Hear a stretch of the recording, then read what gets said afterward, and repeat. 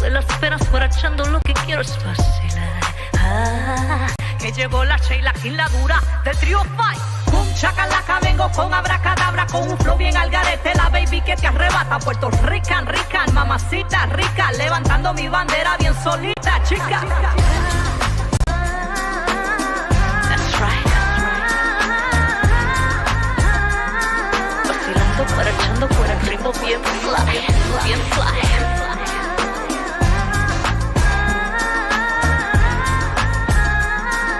Llegó la Sheila con la vida del trío Fire. Se lo re, se lo re, se lo re. Sí, sí. Mira how we do.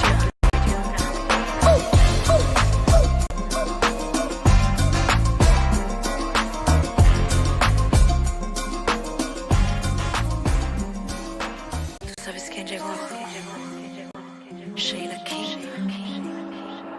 Empezó la fiesta, nos vamos para la playa, sus cosas que amanezca, llegó el fin de semana, seguimos la fiesta, nos vamos para el jacuzzi, después del after party nos espera el cuchi. Yo digo dale, dale, suélale el taqui taqui, pa' que se pongan cachondosos con el tuki tuki, pa' que flote la nota y se ponga bien tricky, y se tire la tela para ver su chuchi.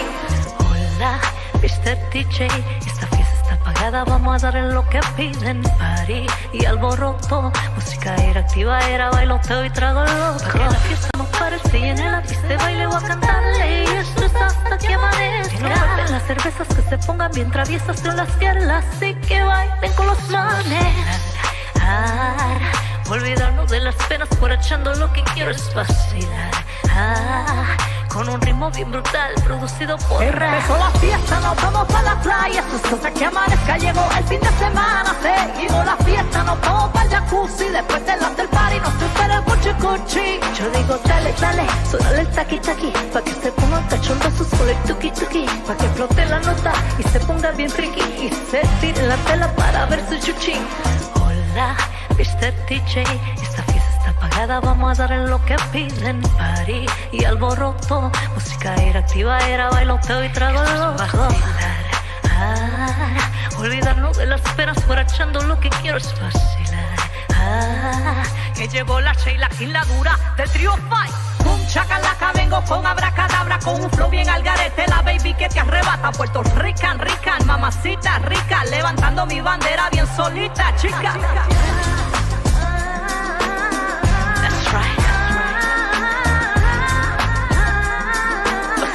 Guarachando por el ritmo bien fly, bien fly.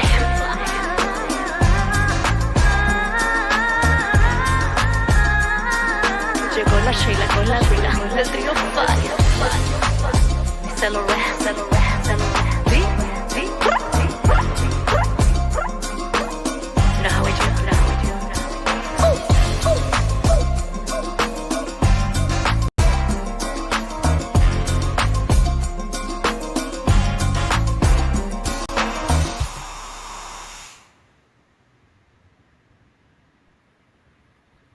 Woohoo! Hey. Welcome, audio evangelists, and thank you for joining us for another adventure aboard the Platinum Legacy. Yeah. Hey, am I there? Hello. He's there. Hello. He probably went to have a little drink and went to Black Spoon. Yeah, probably. Welcome. Yes. Everybody who's joining, man. Hey. We're so glad You guys hear me out there? All right. Yes. I seem to disappear into the netherworld. Woohoo! It's like a cartoon character. Marek Steakhouse. Yeah. All right. So here behind the transparent walls of our interwebs, your questions are not only welcome, but they are appreciated and encouraged.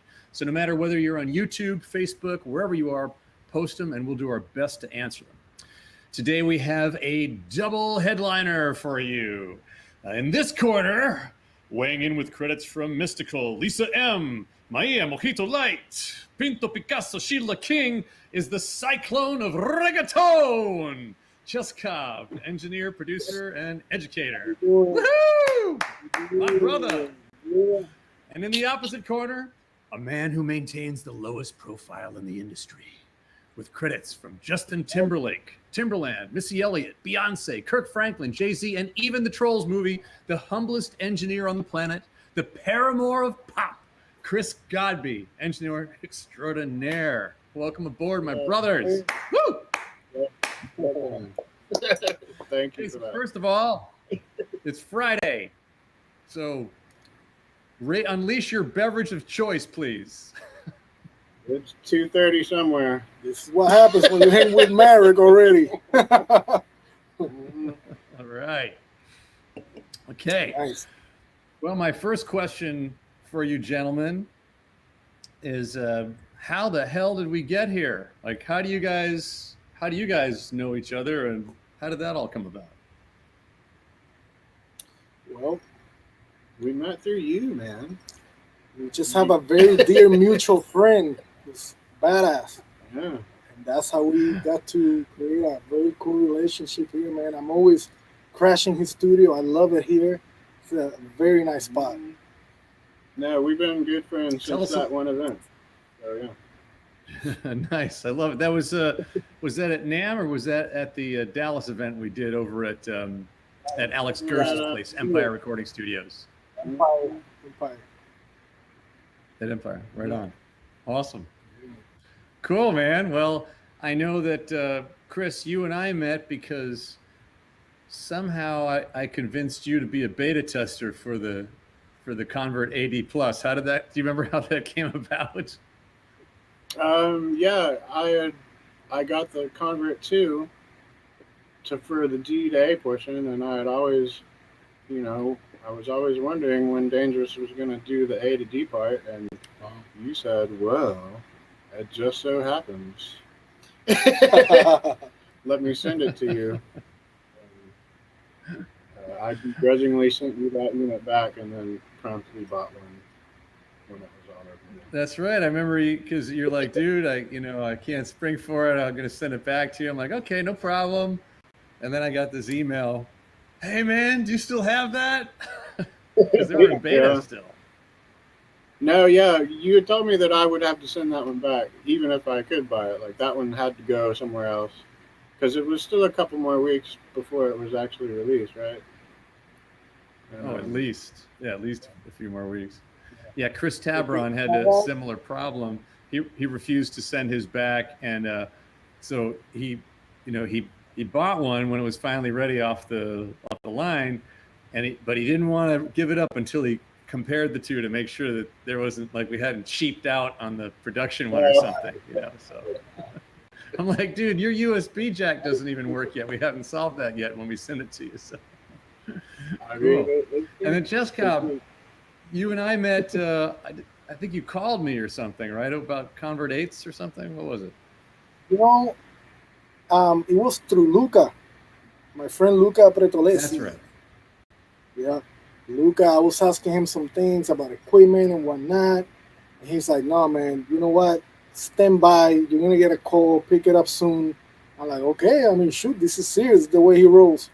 And then it's you. And then we got to, started off the phone, man, and we really kicked it right off the bat. It's incredible. Fell in love with you, your personality, and then the Dangerous stuff was mind-blowing, and I was like, wow, they hooked me, man.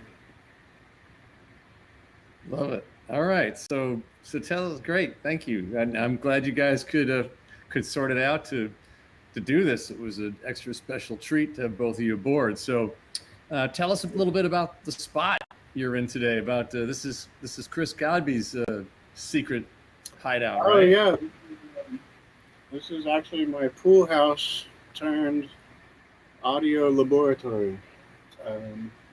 I don't just keep work-related things out here. I have a collection of analog synths and anything that makes a noise or things that I collect. That's my little sweet spot right there. Yep. I have so many vines growing on the outside of my house.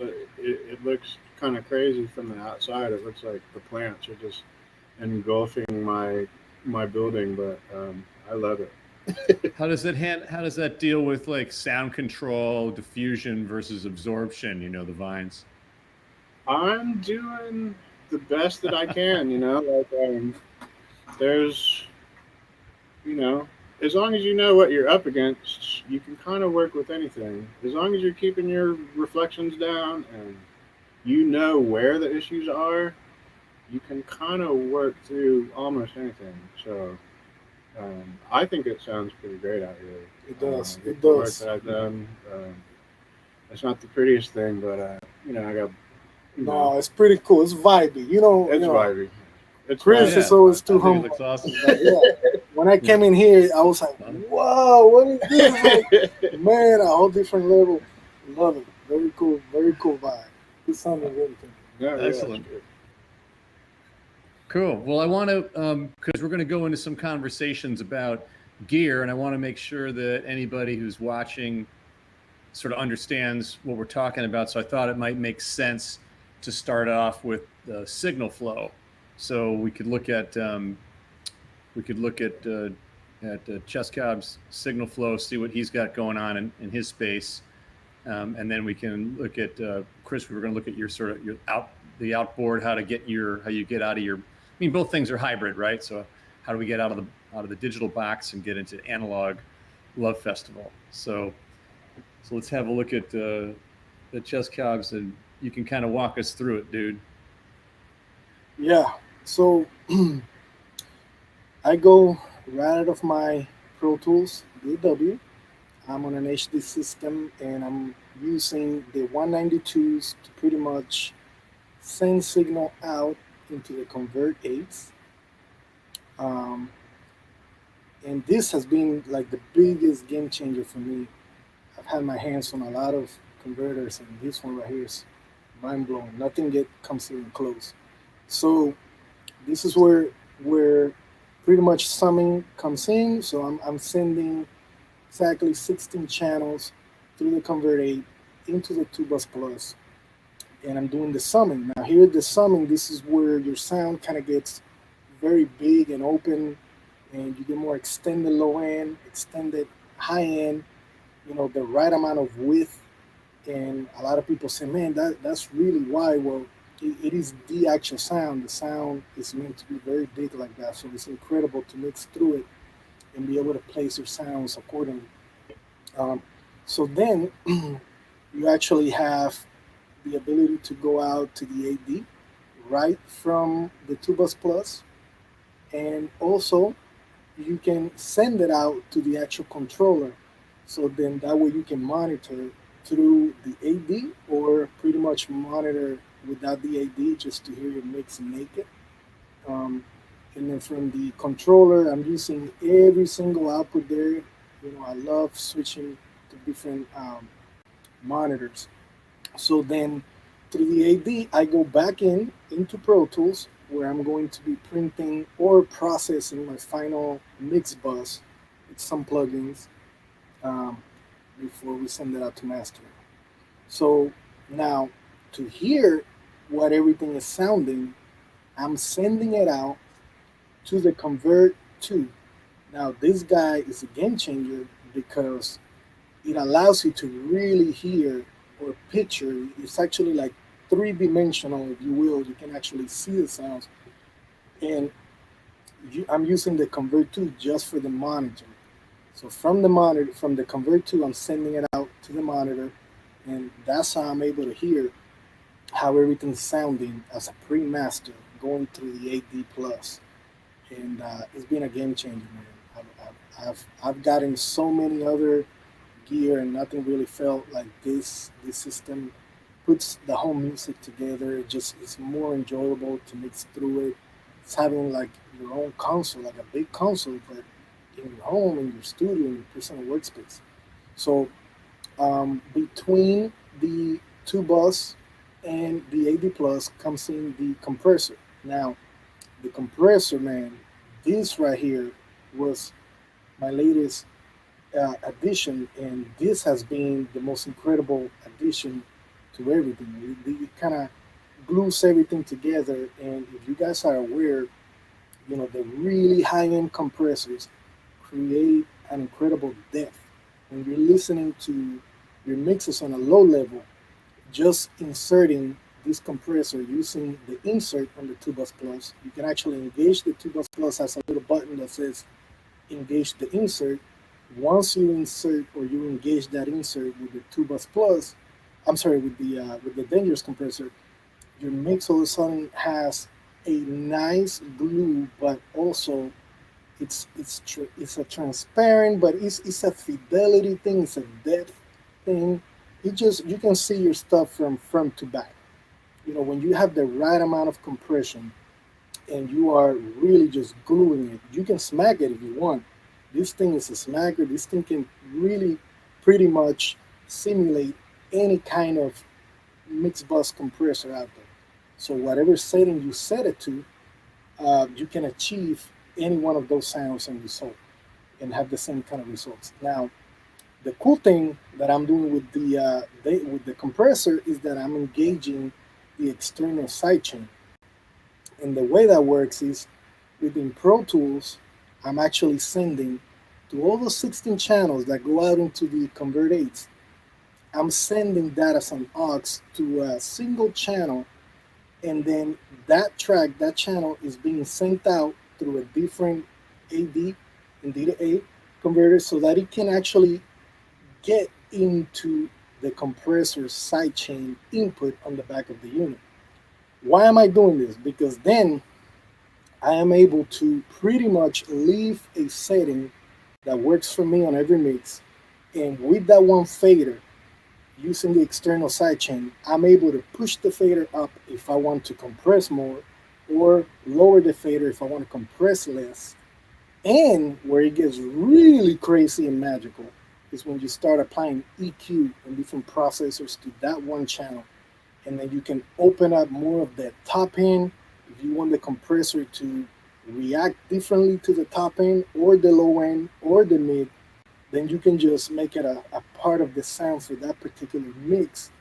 And it is incredible. I mean, that alone is like having, again, even more so, a whole lot more compressors for you to use just by EQing the sidechain input in that compressor. It's incredible. It's safe. Killer. That's pretty comprehensive. If anybody wants to look at that diagram, we'll make sure that we post that on this thread so you can go back and look at it.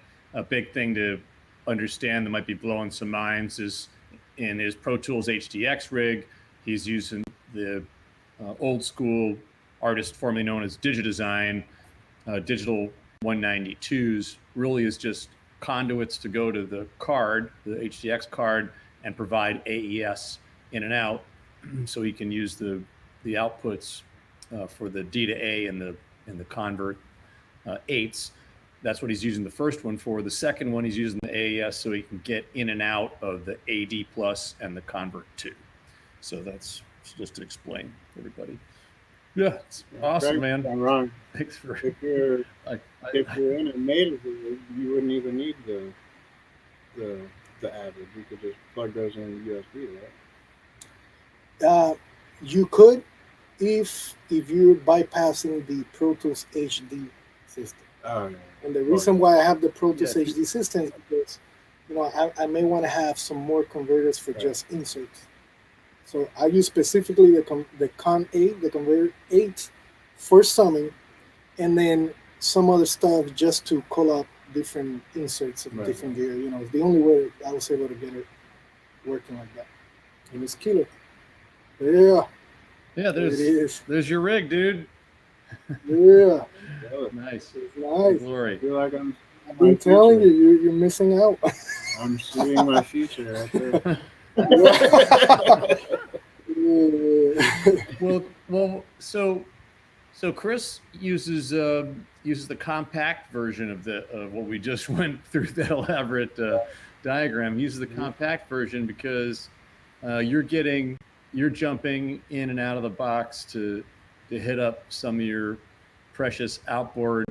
You want to tell us how you do that on that? You're doing it on Mixdown, on your mix bus, right? I pretty much set mine up like a mastering guy would,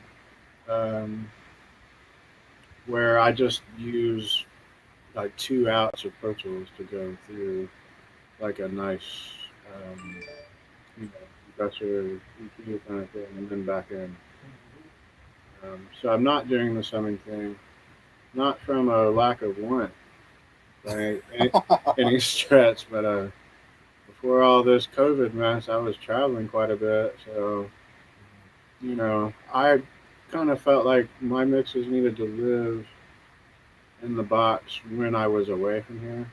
And so if I was missing my gear, I wasn't just shit out of luck. Like I could still operate to some capacity. But man, looking at your rig, man, I think I need some of that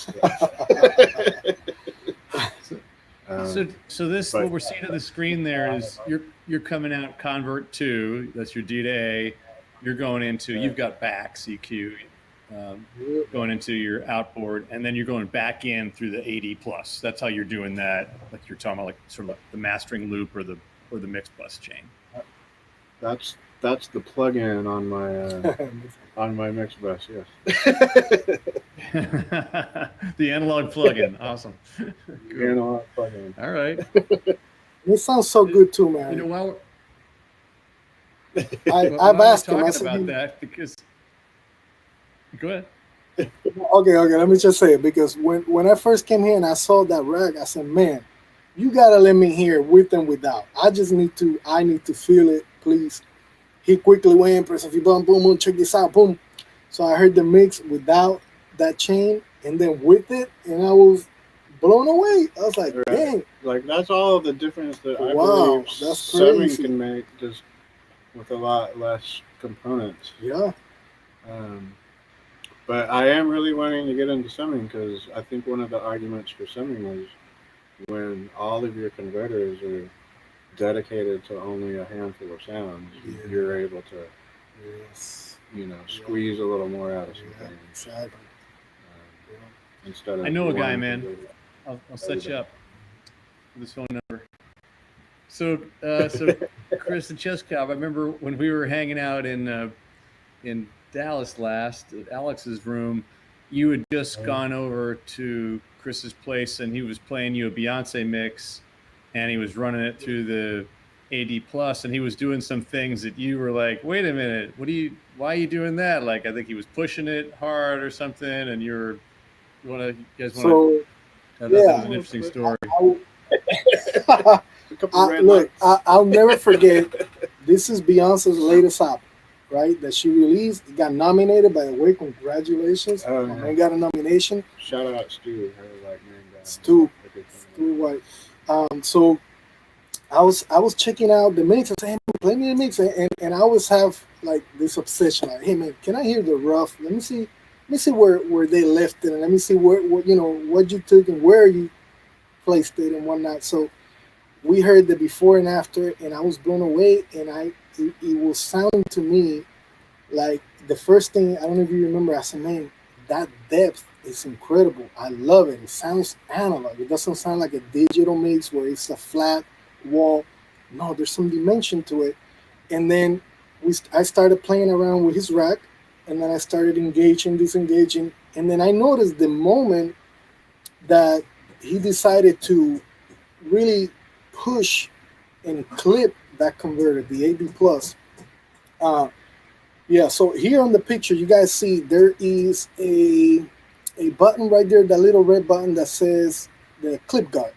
So that will prevent for any clipping to happen in the digital realm once you go back in. I mean, you can't hit zero. It just keeps the red light on. Okay. From my understanding, reading the manual, it still is clipping. Well, yeah, no, it's not hitting the red. It's not passing that overload light down the line. Right. That's what I meant to say. It is clipping. You still gotta listen for it and don't overdo it. A little dab will do ya kind of thing. Yeah.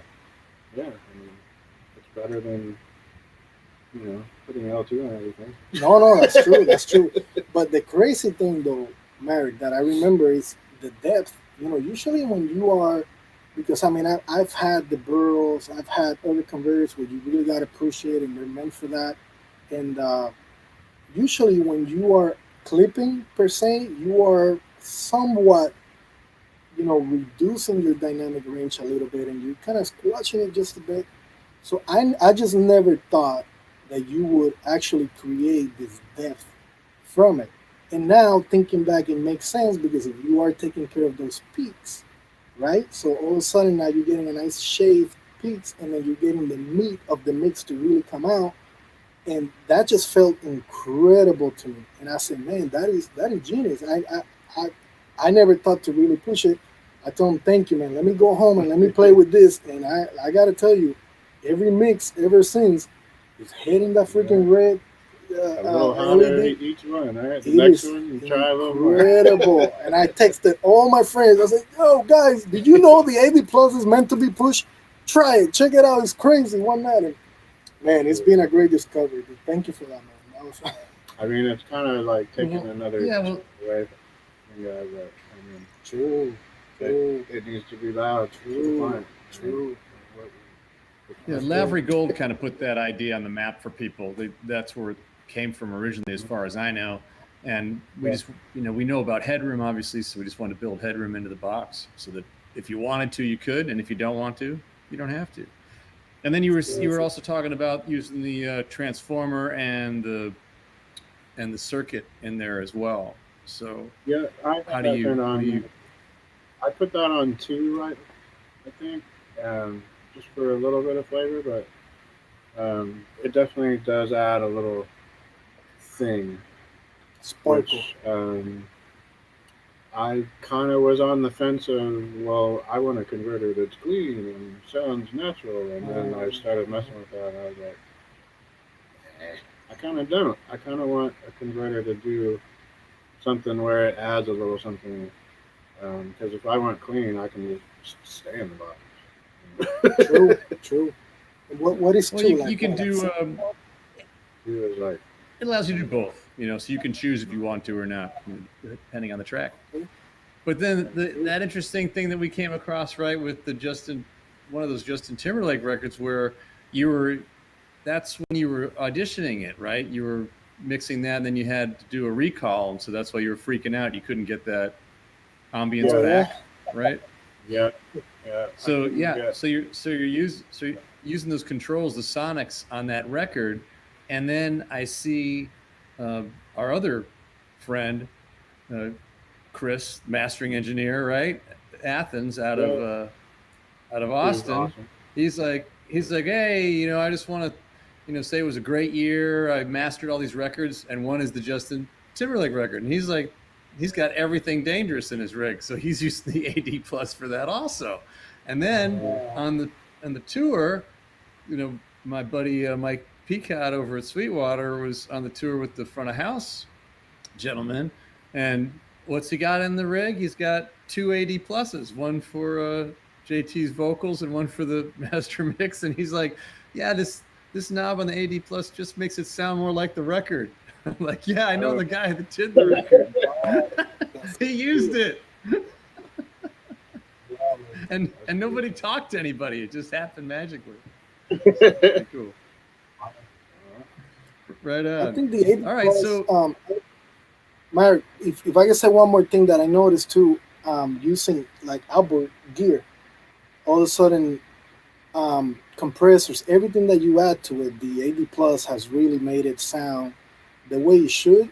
Really, the dimension is really big and nice, and it's just been incredible. So it's just a plus to have it, man, for sure. Cool. So, Chris, you were mentioning to me when we were talking earlier in the week, somehow we got on the subject of like what's happening under C19 these days. What kind of different challenges are you running into?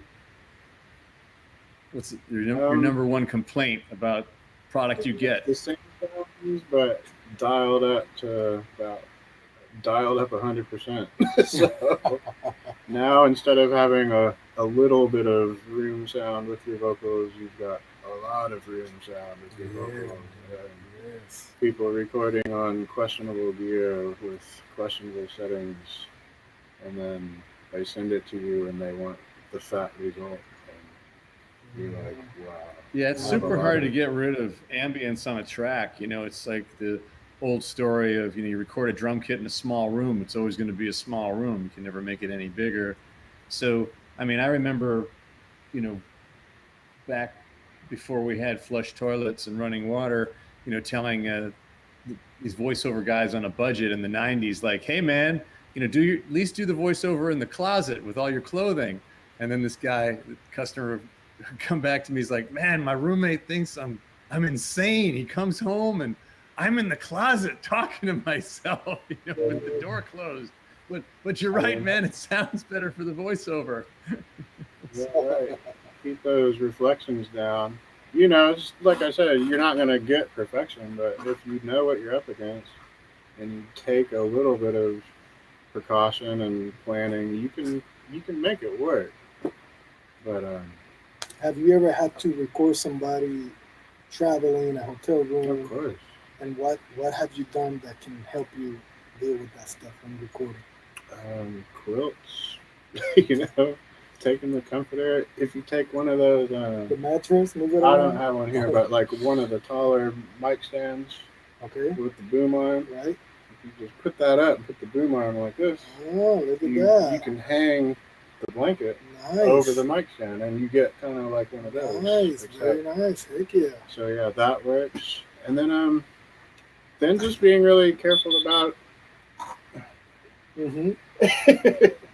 Then just being really careful about I forget what I was saying. Yeah, in the hotel rooms. Yeah. Being careful about the echo. There's a time and a place to have a really badass microphone, but sometimes they just do more harm than good in those situations. So that's when you get out like an SM7 or something like that. You know the room is shit, so yeah. Let's not exacerbate the situation. Yeah, that makes total sense, man. That makes sense. Try to make the room go away as best you can. Yep. So we got a couple questions rolling in here, so let's do a little Q&A here. We've got Isaac B asks, how do you treat your home studios, and do you always take your mix to the big studios to make sure it sounds better? The short answer is no, not anymore. But when I do get to a big studio, the stuff that I've been working on, I do kind of want to hear it and play it and see what it sounds like. But I don't feel like I'm really wanting for much in my room. I mean, I've got really great monitors, and I feel like it sounds pretty good here. So yeah. It's because you got such a good room, but I figure if somebody is working from home and is still kind of adjusting your ears to your monitors and whatnot, I feel like you, and I've preached about this many times, but having a listening party of your own and just listen to music constantly there and getting to know your room, how it reacts in the monitors, right? And then, just trust, man. Do your very best with what's coming out. And then as you compare with references, right? We all still use references when you mix, right? Oh, yeah. A lot. We all do at any room, at any level. So if you can get close to it and you feel good and it's emotional, it's a good mix, then, hey, man, leave it to the mastering engineer to do the rest. I mean, a mix is never going to be 100% perfect. But those imperfections, that character, that edginess, that's what's going to make the record feel good. So I would just say, as long as, like Chris was saying earlier, taking care of the reflections, of course, that's very important. And getting to spend time learning the room and the monitors, that's it. You should be able to be good. Like, even if you can't do it, like I said, just know what you're up against. If you ever, go, I don't know what other software are, but the signal generator, just pull up the oscillator, play that low subtone, and just start sweeping around and find where you feel like you get a bunch of bits. Yeah, that's good. I guarantee you, if you're in a little tiny room, you're gonna run that thing up, and you're gonna hear a big hunt, and you're gonna hear a spot where it disappears. Yeah. No, but that's good, fellas. Everybody listening, there, man. Use a signal generator. That way, you know what frequency is the problem frequency in your room. That's good. Yeah, and you can just use one of your synths with a sine wave because people are like signal generator. What are you talking about? Just use a synth plug or whatever. Put a sine wave over there, or you could do the math. You can measure 2 times this dimension, right, divided by the speed of sound, and then that's going to be your first room mode. So you could do a tiny bit of math. It's not a hell of a lot. You're only multiplying one number and dividing by another. So most of us musicians can handle it. Pretty straight up. You can only count to 4, man. Good question, man. Good question, Isaac. Good question. Okay, we got another question here from Brian B. And it looks like it's to Cheskob. So when mixing very high track counts, at what point do you think 16 channels of summing is not enough and you need to get to 32 channels of summing? Well, here's the thing. When the final record is out, there's only going to be 3 most important elements going. Your vocal, your little lead melody music element, and your rhythm. So if you have 3 tracks or 300, it's still going to come down to those 3 focal points. So whether you want to really sum 32 channels to have a bigger feel, or 16 or 4, I think it's really more about how you approach the mix and the tactics you use to get the end result. So I mean, you've heard about many of the top mixers too, how they, part of the prep will be, if they got 20 guitars going, they'll mix those into a 2-track, and that's their guitars, and they put that into the mix. So I think that nowadays, simplicity is the key.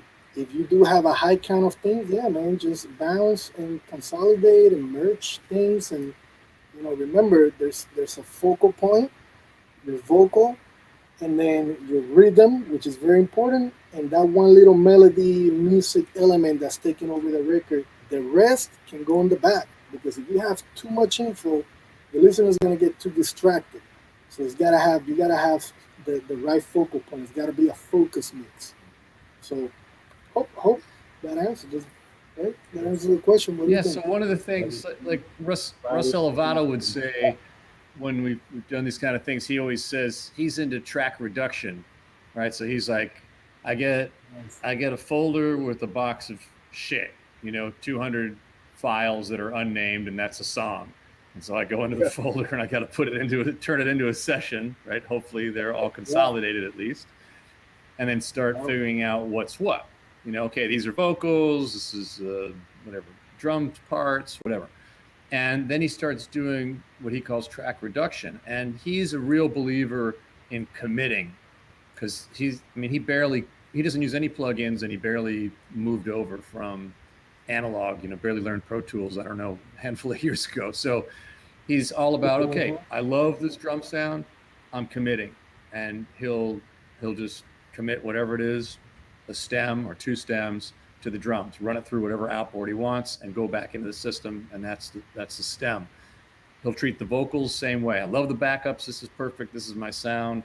It goes to the treatment, goes in, and he tries to get the session down to anywhere between 16 and 32 tracks, or 8 and 16 stems. He's pushing to try to get it down into there. So I think that might be a philosophy to follow. But then you've got other people, like Michael James has got 4 2-bus, dangerous summing mixers. So it's just different things. Some people want to be able to pull up, like, okay, whenever I go to output 3 of my rig, that goes through the 1176 or whatever, so they mix like that in that style. So it's just different philosophies for sure. But I would say stuff with high transient and big dynamics are important. So if you got a lot of easy stuff like effects returns, that's not nearly as important as if you've got some serious percussion, or like hip hop, you've got a kick drum and you've got an 808 going, those, and you're building the whole song around that and the vocalist, then those are things you really want to protect, and isolate. True. Good question, Brian. Sweet. Thank you. Oh, Isaac B's got another question for us. He says, "What is the toughest obstacle when mixing?"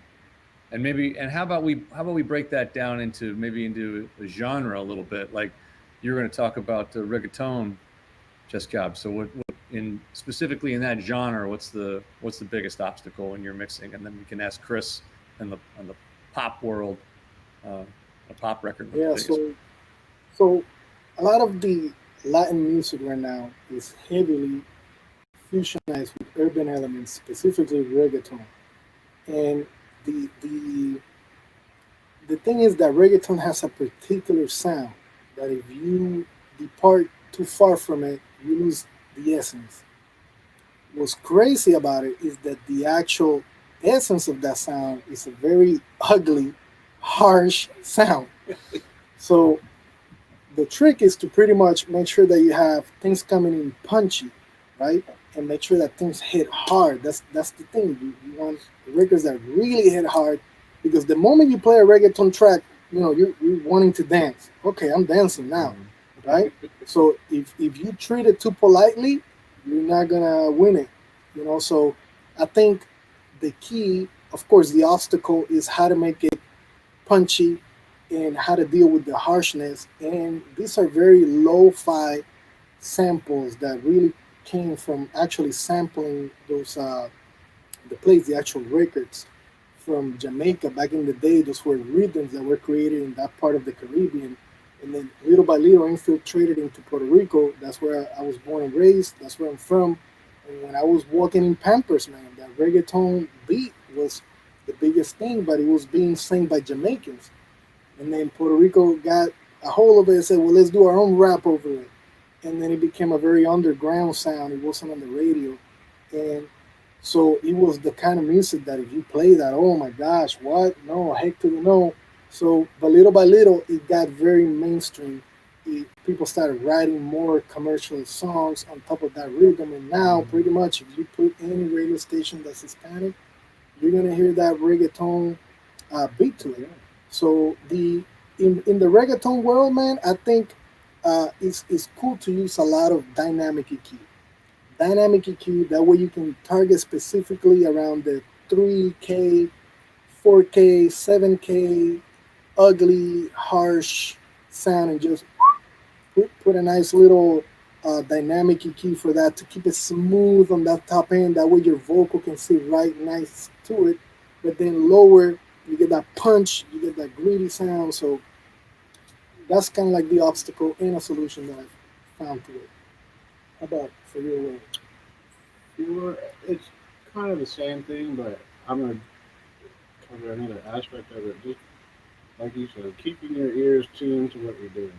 Because when you're mixing a record for 8 hours, you believe in your mind it sounds a certain way sometimes. True, and when you leave or something and go take a break and come back and you hit play again, you're like, what is this? True. I thought it was something that it's not. And then, it's like a mind game between your mind and your ears are always at odds. So how do you deal with that? I A-B obsessively to things. A-B? Yeah.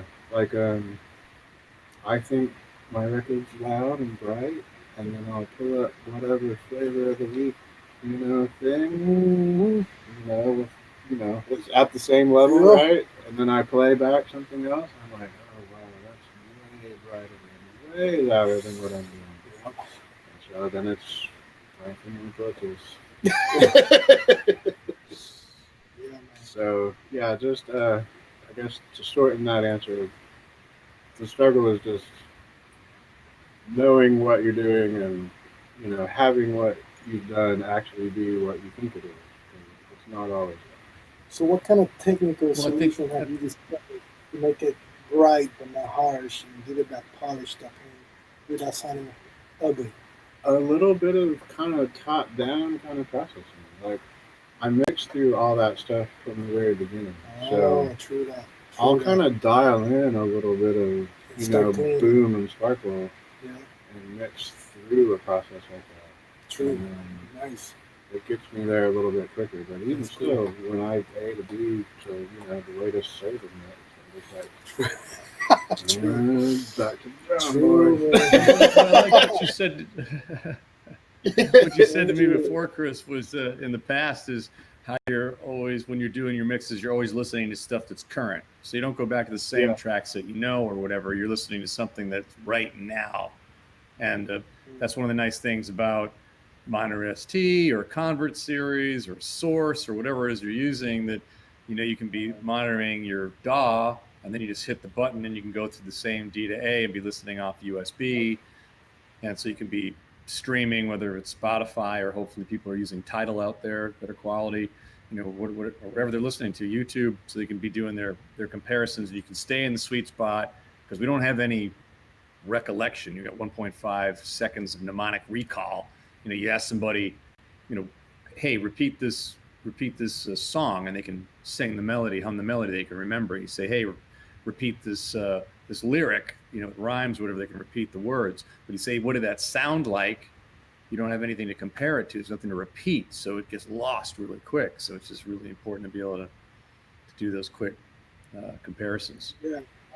I listen to a ton of music, so usually when I'll get a song and start mixing it, the Rolodex of songs will kind of come up, and I'll be like, oh, this reminds me of That's good. X song, and then I'll just go find it, play it a little bit, and just see Good. the vibes. And another one for you, Chris, from Arcadia MM. How do you approach mixing albums and working with deadlines without rushing the process?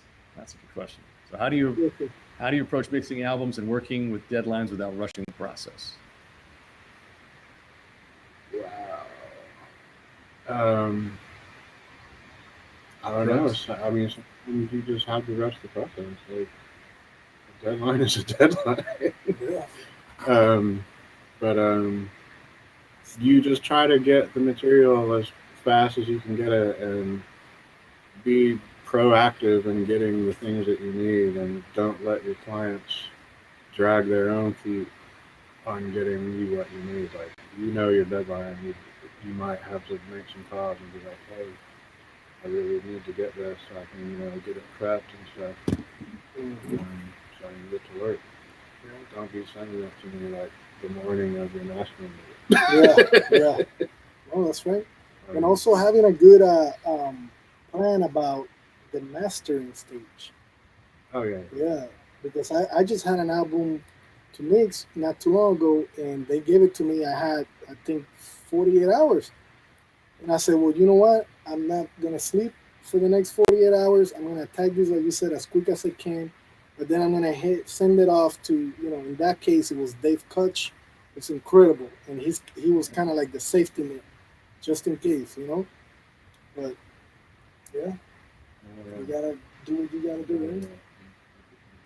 Yeah, Dave's a big, dangerous guy, and hooked up his lathe recently, so he's cutting vinyl over there, what I understand.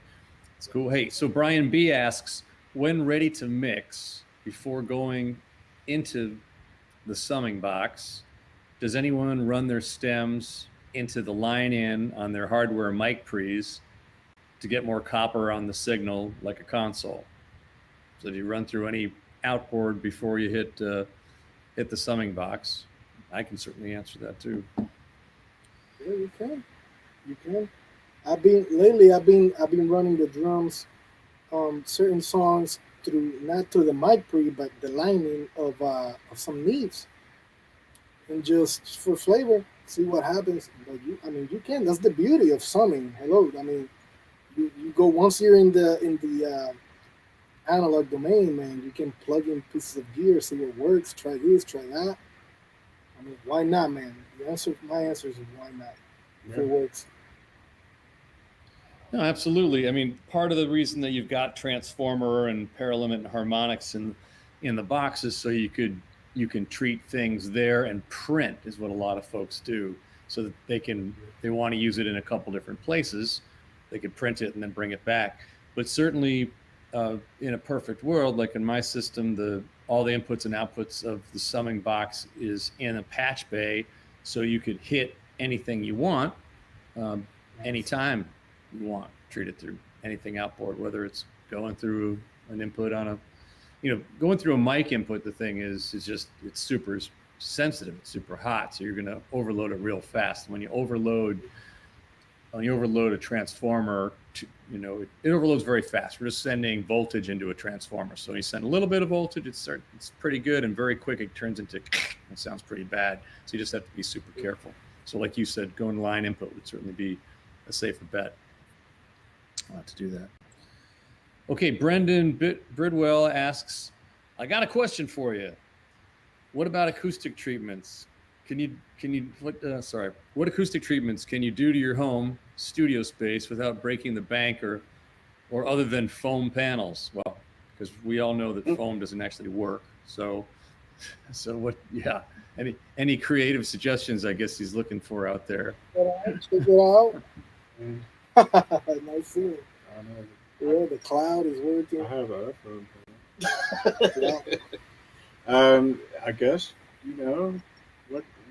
what's the Corning? Corning 402? Yeah, that one. Owens Corning. What's the 701? There's a 701. There's a bunch of it in those two right there. Yeah. Nice.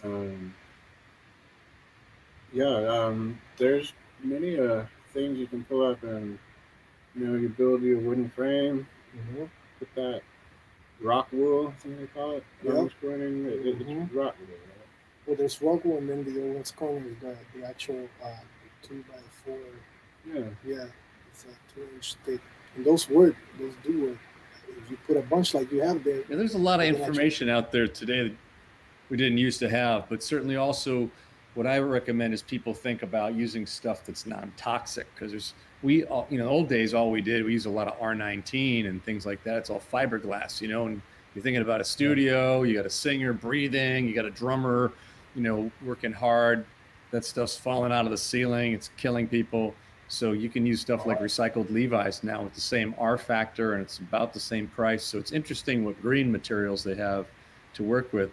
But yeah, back to Brendan, I would say there's great stuff out there to read about how you can DIY stuff yourself now. Back when I built my first studio in 1991. It was like 21 or something, and I made every possible mistake you could make, and there was no interwebs. So it was, I built, the control room was small enough that you would actually run out of oxygen because it was sealed, so you'd pass out. I built the door so thick that you actually couldn't open it or close it. We had to cut the door in half to make two out of it. I put my patch bay in there, soldered it upside down and backwards. I put SMPTE in the patch bay. You can make every mistake you possibly can. But today you can actually, get a lot of good data out there. Oh, he says, I have another question. Maybe a little better. I've been struggling on really bringing out my spatial imagery in recent mixes. What are y'all's go-to process for placing sounds? I think that's interesting because it talks about, if you don't start with space, you're not going to have it to use. But another thing is, if you've got a lot of things fighting for that space, you run out of it really fast. So it's kind of like the old, if everything's fighting to be the loudest thing, nothing is the loudest thing. Yeah. The same can be said for width. Like, if everything is fighting to be wide, nothing is wide. Exactly. So you got to kind of pick your spots where you want that width. You don't want to just put an imager on your whole mix and expect it to just open up. Like, maybe just do your string bus or something, or your backgrounds, or the things that are already kind of pushing wide. Maybe use like a ozone kind of imager thing on that. Just on those buses, instead of like trying to do your whole mix like that. Oh, exactly. And having your reverb game, I think it's the reverb game is important, because if a little reverb goes a long way. But like Chris is saying, it's the contrast. What's dry and what's wet, what's wide and what's narrow. It's that particular contrast that makes it appear big and sound pleasing.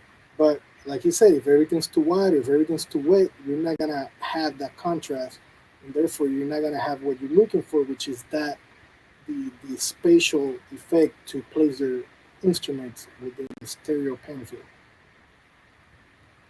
I think of it like looking out a window, right? If you're D to A and your monitor controller can't tell you what's happening, it's kind of like looking out the window. It's a little bit dirty, and you see, hey, there's outside, and maybe there's some trees. And then, if you open up the window a little bit more, you're like, oh, look, there's a cow down in front of the tree, right? So now you're getting some depth of field. And then you sort of open the window all the way and you look around and you've got this whole scene left and right out there where you see like hills, and there's a swimming pool down there, a lot of people having a good time. There's the cow up on the hill. There's some clouds over here. So I think it's important to think in terms of, left and right, then front and back, and then slots, as Dave Isaac calls it, high, mid, low. So you're mixing in those frequency bands, physical position this way, physical position forward and backwards. So, but if you can't hear if your monitor controller's lying to you, you don't know where to put it. Yeah, and that's why I keep my COM2 just for monitoring, because once I engage that just for monitoring, everything changed for me. I was like, oh my gosh, I need that picture, that big picture, so I can see everything. And it stayed there ever since. If I could go back to the small room mix tips, because I think those are helpful for a lot of people, like using this, to use a small room, but headphones, of course. Yeah. But really study what your monitors sound like and what other songs sound like at the volume level right before your room goes to shit. Yeah. Because there's going to be a level that you're going to hit where like you're exciting all the nodes, and then like that's when it starts to get real gray. Like you really got to like keep your levels down, study what things sound like at that level. Another good trick, if you want to listen a little bit louder, like you don't always have to be sitting in front of your speakers. Exactly. Hit play. Exactly. Walk around. And walk away and see what it sounds like down the hall. It's a great trick. Close the door. See what it sounds like coming through the door. True. All of a sudden you hear things like, whoa, why's my vocal so dull? Right. So I gotta push it you can even like cover your ears. True. Like, that's another trick. True. You know who mixes with those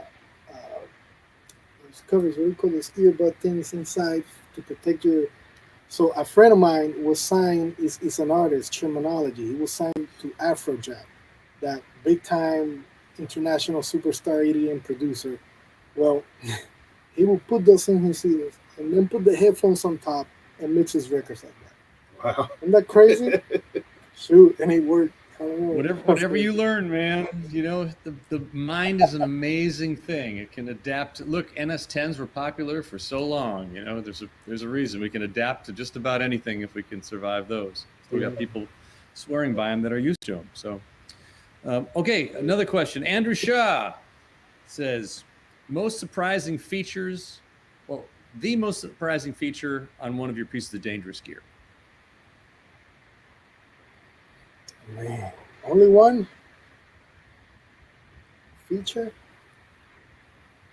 What is yours? I gotta pick mine. Because I have lots of gear, so I'm gonna say clip guard and the transformer. Those are pretty badass. My gosh. I gotta say, to me, I don't know if I can call this a feature, but the conversion is nothing like in my mind. That feature, the actual conversion aspect of it is insane.